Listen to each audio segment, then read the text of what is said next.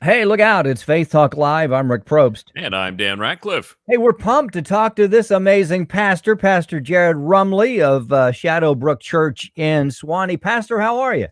I'm good today, fellas. Thanks for having me on.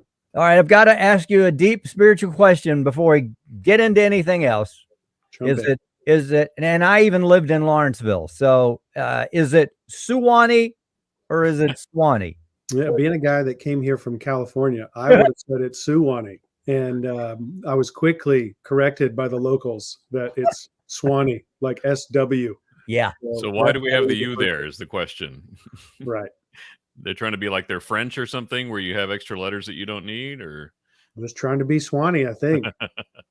One thing's for sure, we lived in Gwinnett for 10 years, about 10 years before we moved to Walton. And Swanee continues to grow and explode. And it's just amazing. I'm so glad you're there.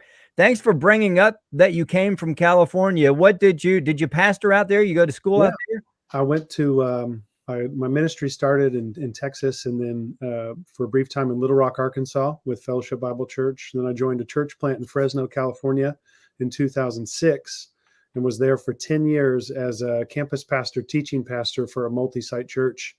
And then desired and felt a call to a lead pastor role, and God led us here to Georgia. Now, did you grow up in Texas, or were you just in Oklahoma boy, born and bred, Okay. with Oklahoma State, and so first 21 years of my life were there, and then we tried to visit all around the United States in ministry. The good way of saying you moved around a lot.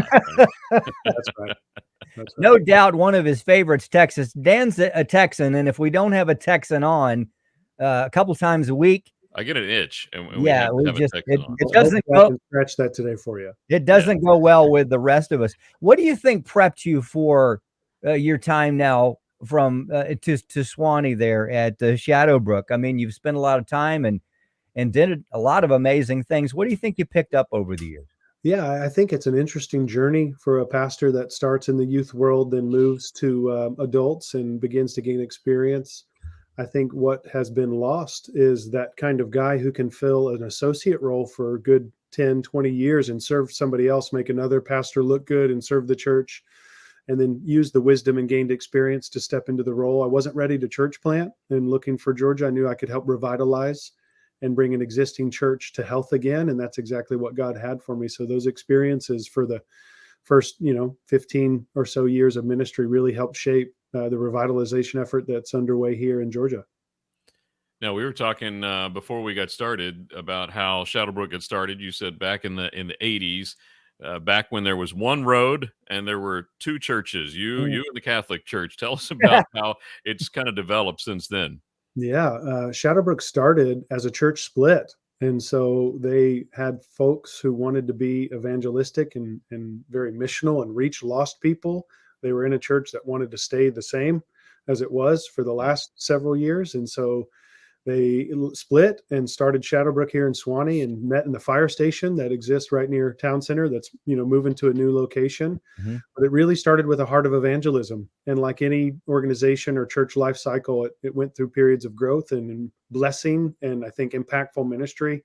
But when I had come, I discovered that the church was losing people and money for the last 20 years. And part of that was due to the expansive growth of Gwinnett and just the boom that happened and trying to be aware as a church what was going on around them.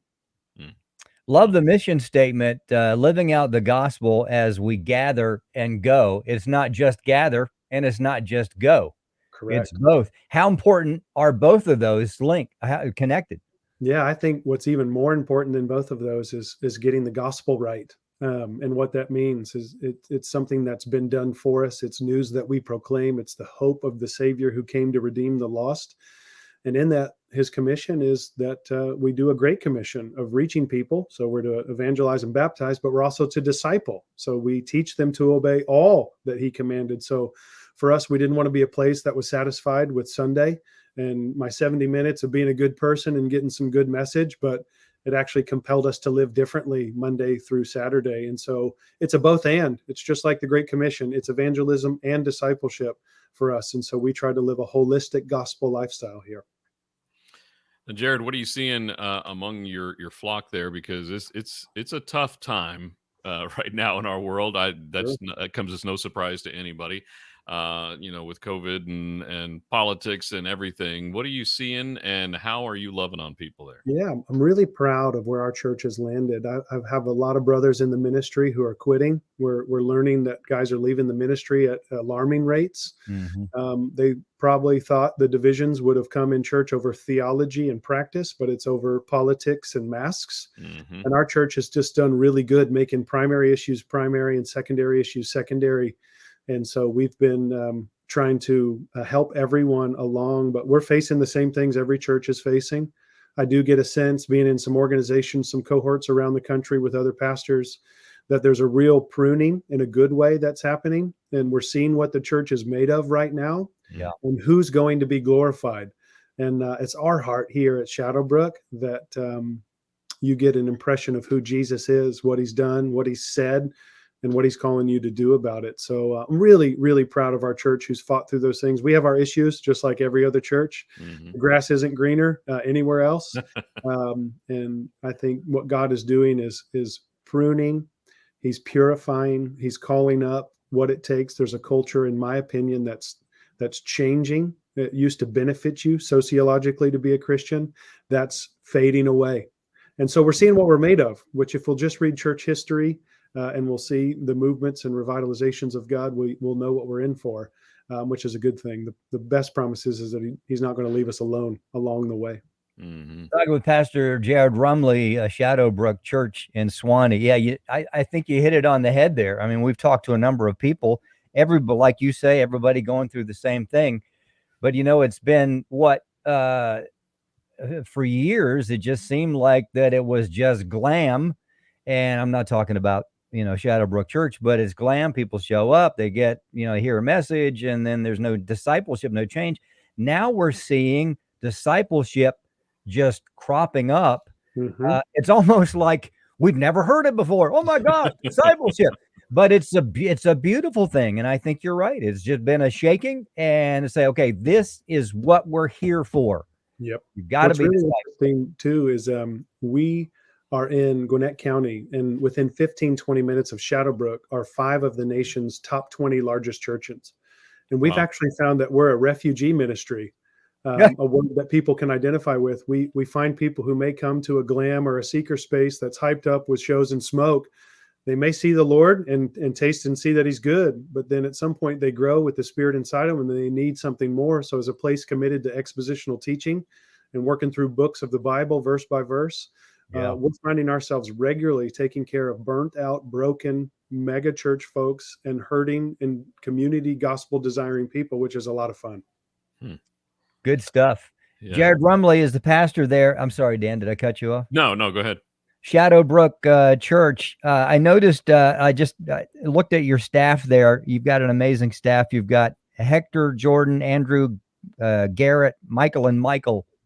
How important it is to have like-minded team with you. And you mentioned it really when we first started about being associate pastor for some years and being okay with that. How important is that to have like-minded folks around you? I think it's vitally important. I think anywhere you see elder pastor in the Bible, it's always in plurality. And it's something I wanted to commit to in coming here, that I'm just one of many equals. The single-led elder church model, I don't see as a biblical model. And too much rises and falls on one man. But when you work in a plurality and really you look to the one shepherd, Jesus, and act as an under shepherd, you reflect more of the plurality in decision making. So it's been absolutely wonderful. We have the best guys leading our church, faithful, humble men who don't want a platform, who don't want to be known, but to serve the Lord. And it's reaping a harvest right now, which I'm encouraged by. Have you Jerrod, what are you excited about with the church coming up? Anything, events or whatnot that people can find out more about the church that you're excited about? Yeah, we just actually hosted a parenting conference with Ted Tripp, which was a lot of fun. He came and helped young families learn how to shepherd a child's heart based on his book. We have a weekday school that's doing good things in the community and a fall festival coming there. We're starting a new series this week, which we're really excited about in Matthew. We've got 68 weeks planned to take us through the spring of 2023 to look at this Jesus and how he came and what he did for us, the redemptive story. So we're really excited about that. Every Christmas we do a song and story that Hector leads, which takes familiar passages and promotes them in creative, artistic ways. We want to be a church of the artist too, and be the best creators of visualization and music and reading and song and all those things. So we're really excited right now while we're trying to battle all that's going on in culture too, and stand for the good stuff, stand for the good news. I can't believe we're talking about Christmas already. Yeah. That's just crazy. We're like Costco. Costco's already got the decorations and presents out. So we're just with the times. There you go. And no doubt you've been listening to Christmas shoes already. There's no doubt there. My gracious. Not to happen. Hector, our worship pastor, actually has a Spotify list of the worst Christmas songs ever. Oh, really? And, I'll have to check that one out. The Christmas shoes is near the top. Yeah. Yep, I would have to agree. Yes. Pastor Jerrod Rumley, lead pastor at Shadow Brook Church. Check it out. It's in Swanee. And as I mentioned, Swanee has just exploded and continues to grow. What a great place to check out and plant yourself there. ShadowBrookChurch.org. Pastor, we loved talking to you. Would love to talk to you again. Maybe right around before you do the Christmas deal. We'd love to kind of talk about that and see what's coming up for 2022, which is cool. You've already got your messages set until 23. So love that. So check out planning for sure. Yeah, we appreciate you guys and appreciate the work that you do. Thank you for having me on. Our pleasure. We got to take a break. We'll be right back. I'm Rick Probst. And I'm Dan Ratcliffe. This is Faith Talk Live.